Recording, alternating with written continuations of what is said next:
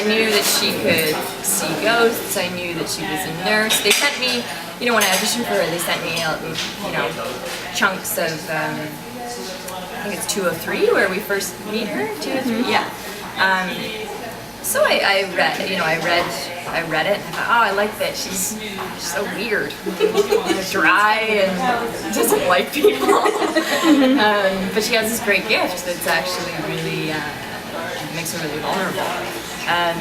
But I had no idea what was going to happen. Like, I had no idea episode 10, the Dream Reaper, was going to be what was waiting for me.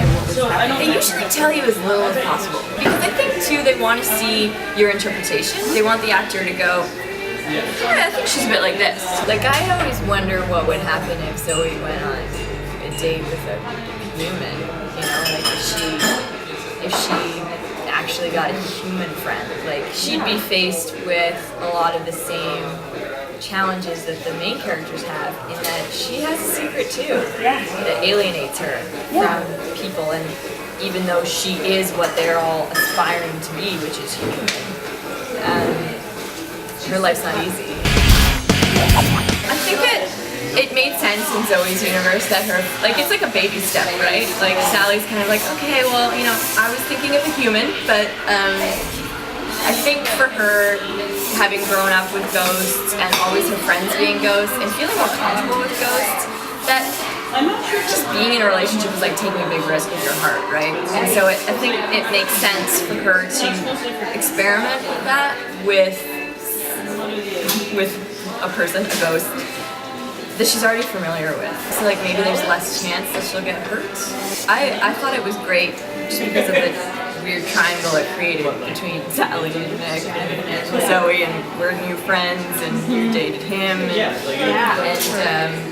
I think too, because the show works on so many metaphorical levels as well. Like if you forget the kind of superpowers paranormal and just think about, like Sam talks a lot about, vampirism is very similar to addiction, and the werewolf is like anger and rage, and being a ghost is another way to look at, being depressed. I think in that way too, it kind of speaks to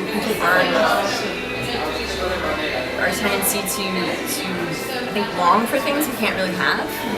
And in a way, Zoe dating a ghost, there's a limit to where that relationship can go, right? Which both makes it safe, but also makes it kind of keeps Zoe back from the big question is, will she ever,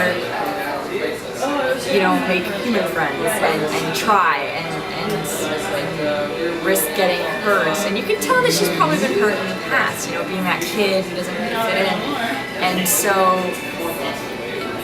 I think there is something about wanting that life that's like everybody else's, but not really being able to go after it yet, or not having confidence, and still trying to have it by like, look, I have a boyfriend. It's just he's not actually alive, and we can never touch or hold hands or have kids, or so it is safer.